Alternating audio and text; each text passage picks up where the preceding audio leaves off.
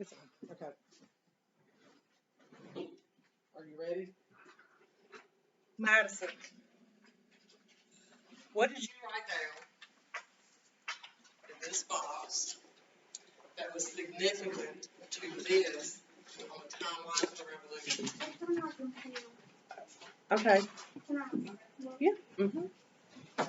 Portland, what did you write down?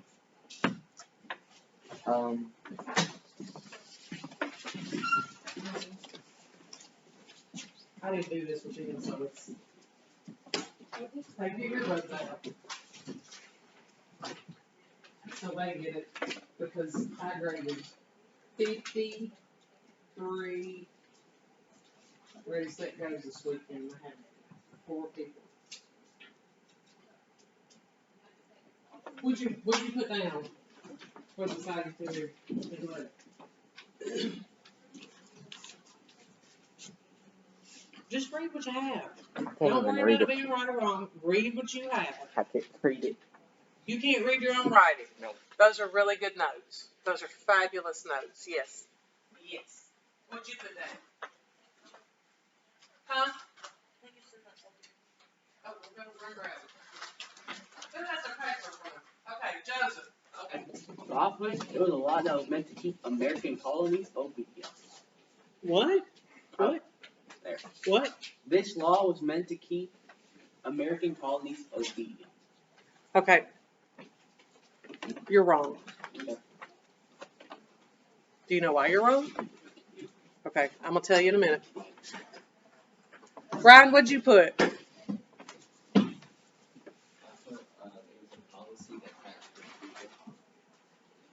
You're wrong. Derek, what'd you put?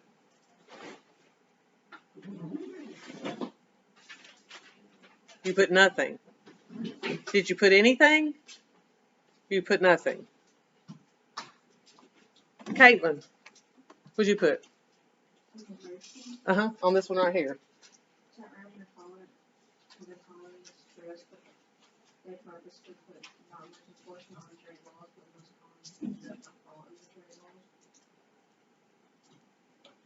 You're kind of there, but not.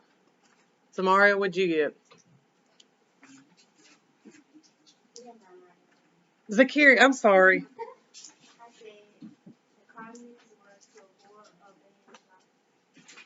The what?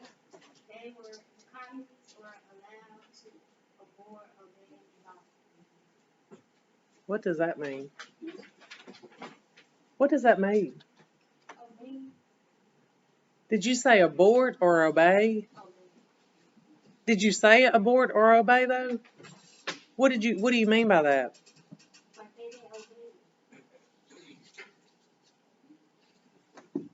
Where'd you get what you wrote down? And what? But you don't know what it means? Tell me what it means. You're actually right, but you don't have it in your own words, so you don't know what it means. Did you type in what was the significance of this in the Revolutionary War? You didn't? Okay.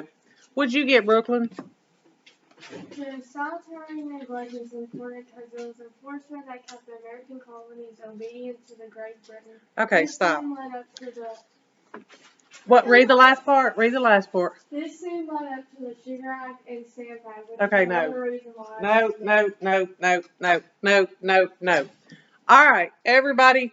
Number 1, I continually say, do not write complete sentences. I tell you to write bullet points. Taylor, why do I tell you to write bullet points? Take your earbuds out. Why do I tell you to write bullet points? I've had the whole conversation with you 3 back there multiple times because you got one person who refuses. She's going to write big, long, no matter what. So why do I tell you not to write complete sentences on your notes?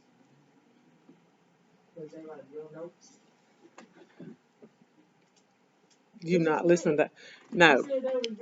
The reason, that's not what I told you. I actually got it on video. I tell you not to write complete sentences because if you begin learning about something, if you just bullet point and you write the main points, just the main points, when you learn it, you go back. If you write complete sentences the first time you learn something, you didn't learn this. You just wrote what it said. You didn't learn it. You wrote what it said when you Googled it. So you have that ingrained in your mind. That is what it's about. So when you go back after you've learned it, it's too hard to change it. You spend too much trouble going, well, that's how it did, and that's why, and then you're all confused. Notes are bullet points. Notes are not. It's like short ideas so that you can go out, you can look at, and then you can come back when we did that and we wrote bullet points up here, and then we went back and we wrote sentences explaining, and then you leave space so that you can add to those notes. It's just a skill. This is just a skill. Y'all know why y'all did it wrong. Tell me what the directions tell you.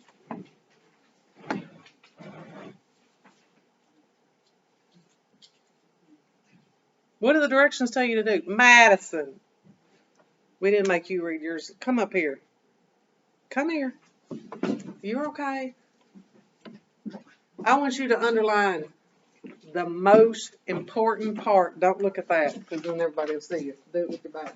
The most important part of those directions. Underline.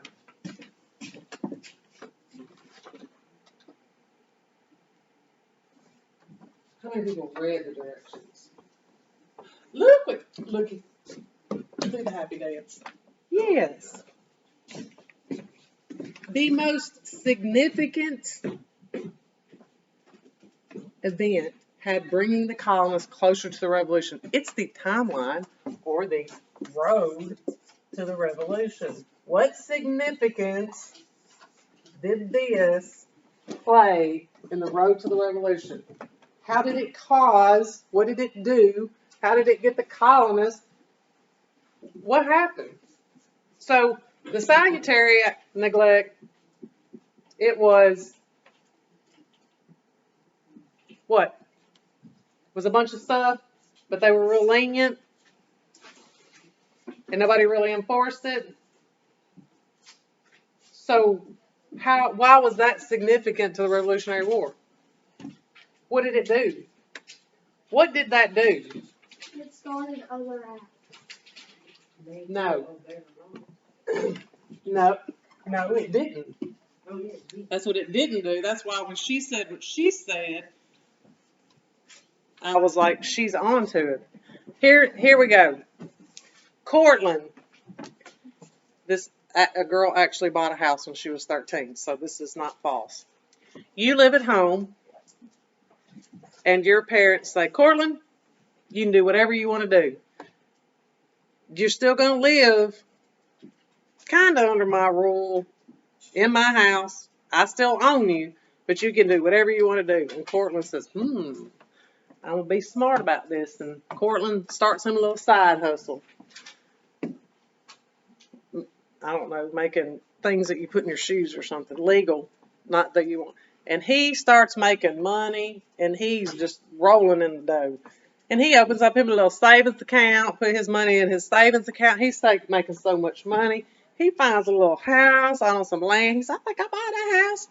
And he buys the house. He's given permission. They let him buy the house. It's paid for. He said, I'm going to be set when I get older.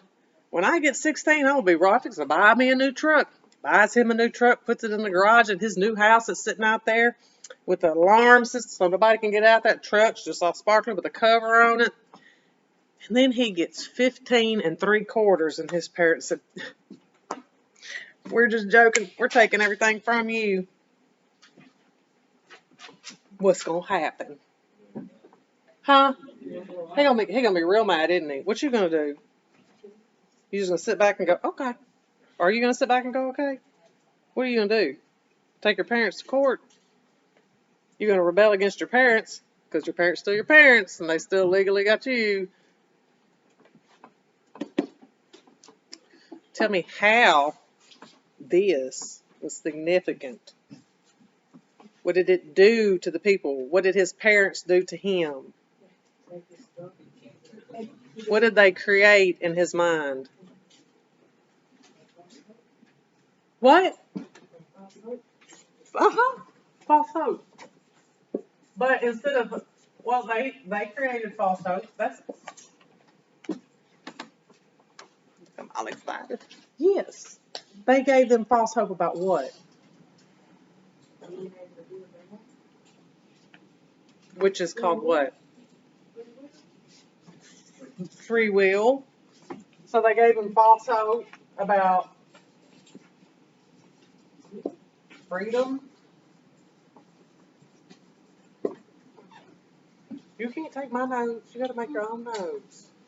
You can take my notes, but my notes don't do you any good.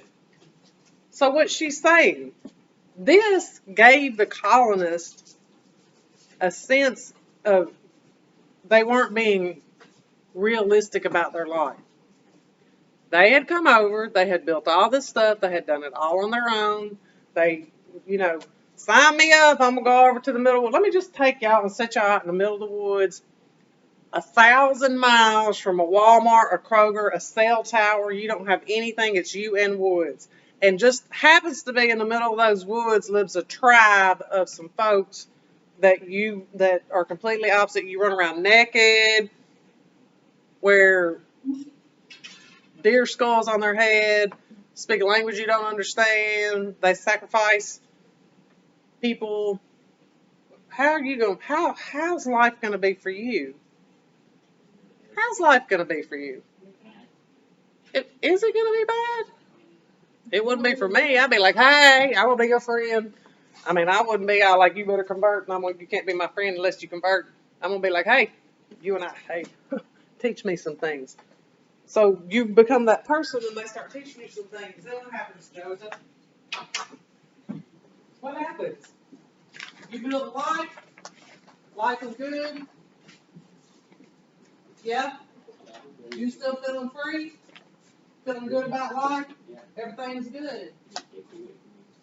And then somebody comes and takes it all away. It would make you mad. So that is, this stuff is in order, y'all. This is your timeline to the revolution. I don't understand why. I keep telling folks, write all over your paper. Write all over your paper. Timeline to the revolution. It's the road to the revolution. It's the way to the revolution. It's what led up to the revolution. These are in order. This started it. They gave these people a false sense of freedom. They gave them hope. They had been held down. I didn't tell you to write everything that this said. I did not tell you. I literally made this very same video the other day. It's an hour and 25 minutes long. That's what we did Wednesday with the kids who needed some extra learning going on. And we explained this, and those kids wrote their claim and got it. I already have this video. This is what's irritating me. I've already made this video. I don't make videos because I have nothing better to do in my life. There's a multitude of things that I would rather be doing than making videos to explain. But I make them because it helps you. You need to watch them. You need to read directions. Read them. These notes are not for me. If you do not understand what you have in your notes, what's the point of it? They're your notes. Who plays video games in here? When you get a brand new video game, brand new, nobody's ever played it, you like stood in line all night long to get it, and you start playing it, and this is like one of those that's got all these secret places. When you find the secret places and figured out the 287 steps it took you to get there, do you like take a note of it, write it down somewhere, do anything so that you know how to get back there again? Huh? But you have to remember, because you'll get there and you'll be like, dang it, how did I do that? And you keep going back and forth. So eventually you're going to be like, you know what, I want to go. You may not admit it to you, but it's the same way like you learn to do something. I'm in the midst of learning how to make soap. I got notes everywhere. I'm like, oh, I don't have to go back and read all those 285 pages again. No. They have to make sense to me. You could read them and they would make you be like, what is she talking about? NOH2O. What? Your notes are yours. They have to be in your language, but you have to follow directions. This doesn't tell me what this tells you. This doesn't matter. It's just giving you a little definition of what that was, but it's not telling you what the significance. Y'all done made all this and didn't even follow the significance of this to this. The significance.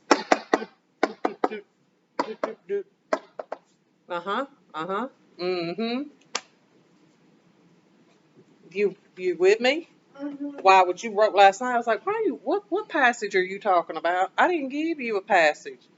And then she was like, the article. I said, I gave you something to take notes on that were significant and leading up to the revolution. And then I asked you a question that had to do with that.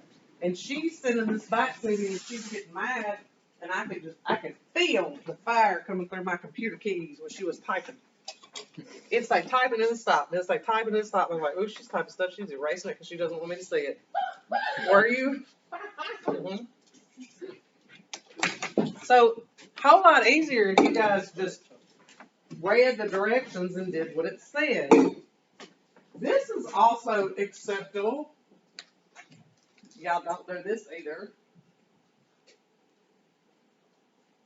This is your paper. This is yours. This is not mine. This is your notes. My notes will be looking all kinds of crazy. This is your notes. It's called annotation. That's the fancy word for it, annotation.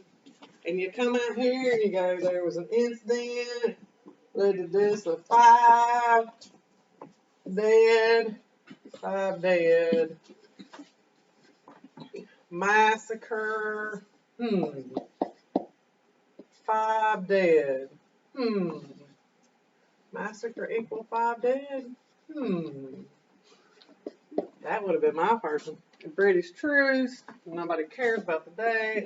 Cruise in Boston led to a tense situation that boiled over into brawl between the soldiers and eventually the troops charged their muskets after being attacked around the crowd. 3 civilians were seen shooting. Nobody cares about those people. 2 dead, 2 died. Outcry of these deaths helped spark the rebellion in some American colonies. Yep. Okay. So we got 5 dead. How was that significant? Massacre. Negative.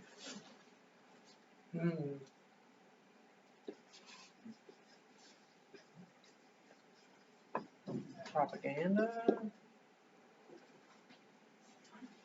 I'd be writing some choice words on my stuff. I mean, I would. I'd be like, 5 dead. These are your notes. Write on them. Get rid of all. Do you need all this? Do you need all that? You need none of that. You need to know that 5 folks were killed. And they called it the Bass. Caitlin owns the Boston Globe. She's sitting up in Massachusetts. Brooklyn is a loyalist.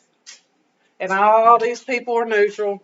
And the rest of those people are with Caitlin. They're patriots. And they're like, Caitlin, we're giving everything to you. We're putting it all on you. We got to make all these people here that are neutral. We got to fight. We got to fight. Y'all fired up because nobody's joining y'all's team. And this one right here is being all crazy. And that's just y'all. There's 4 y'all. And then there's all these people who are like, boo, I don't care. You know, those people who are like, I don't get involved in politics because I don't care. And I'm like, really? You don't? But you want to complain about stuff? Duh. You know that.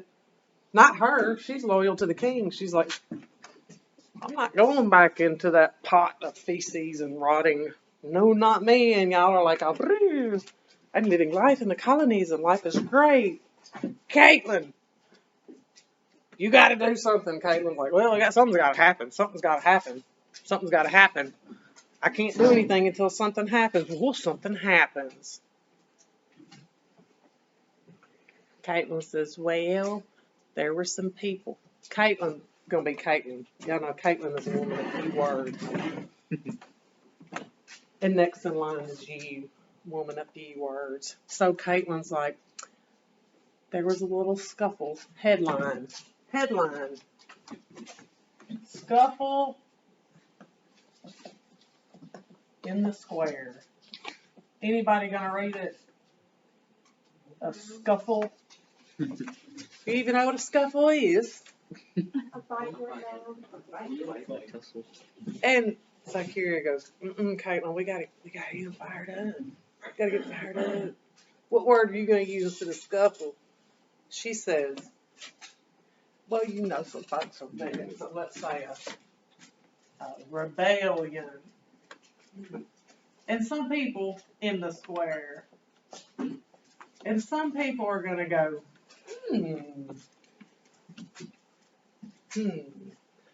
And then Taylor says, no, y'all, come on now.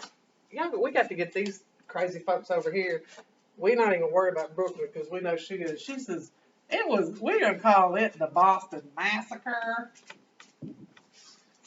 And we're going to get these people, which one of y'all going to read? You're not, you might like over this one you're going to, rebellion. But you see Boston Massacre. So Caitlin over here is the inventor of propaganda. If you don't know what propaganda is making something look one way when it's really another way.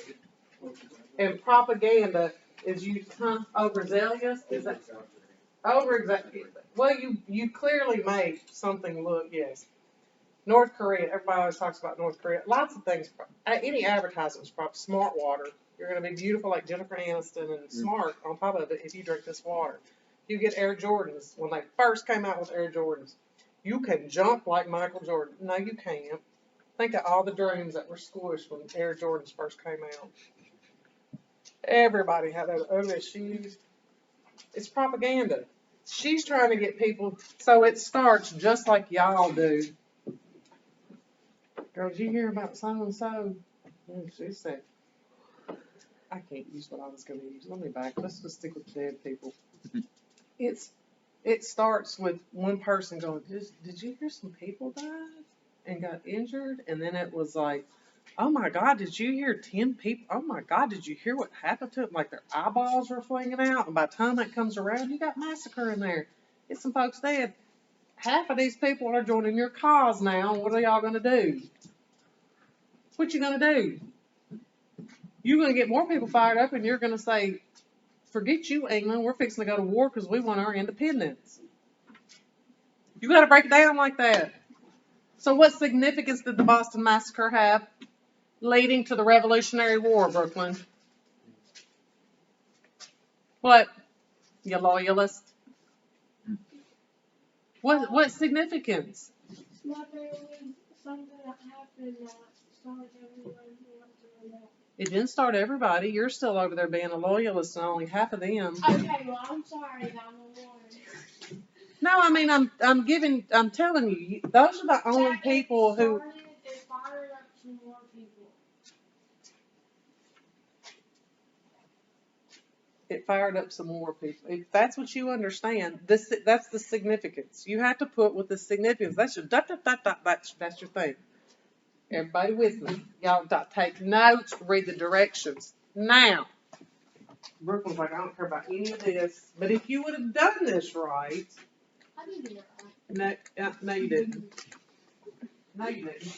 Because if you would have done it right, the answer, here's what I'm going to tell you. The answer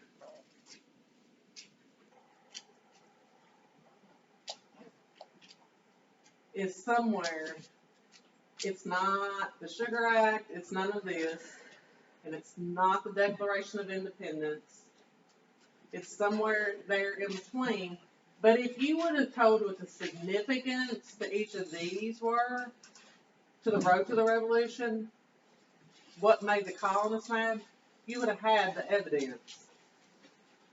So on this, ooh, go away. Oh, no.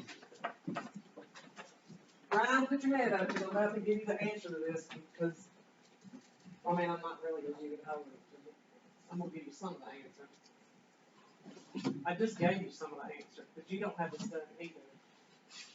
I wrote all of this before I came up with the question. And then after I wrote it, I went through everything on the timeline and I was like, let me see what I can do.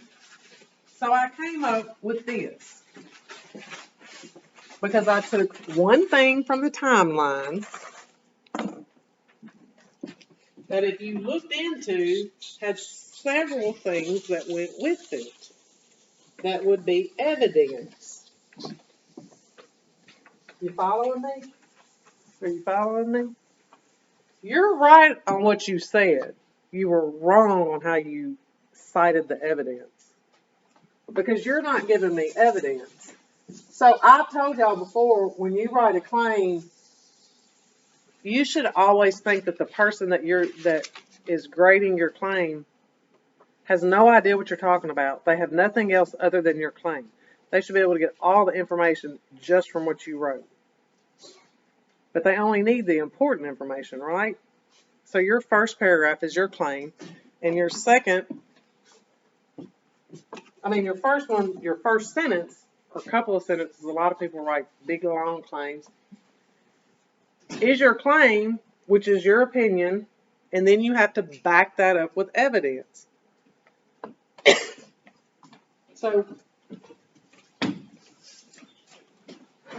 the problem I get is y'all want to, it's really hard not to put your opinion in. Hold on, because I'm about to show you. Just hold on for 1 second. The first paragraph, you can't put your opinion in. You're putting evidence.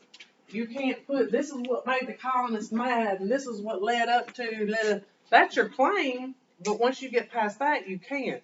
In here, there are three things. Taylor, you may want to pay attention. Both of you.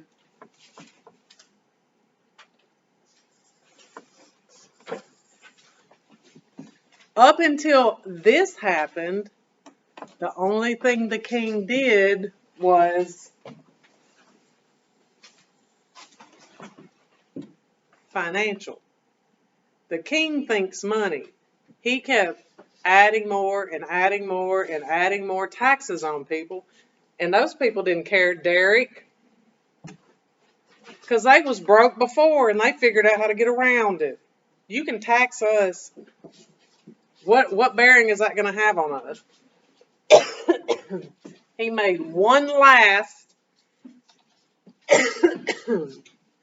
attempt when it came to money. Then this happened, and then this happened. I'm talking about 3 different things in here, but I only used one act.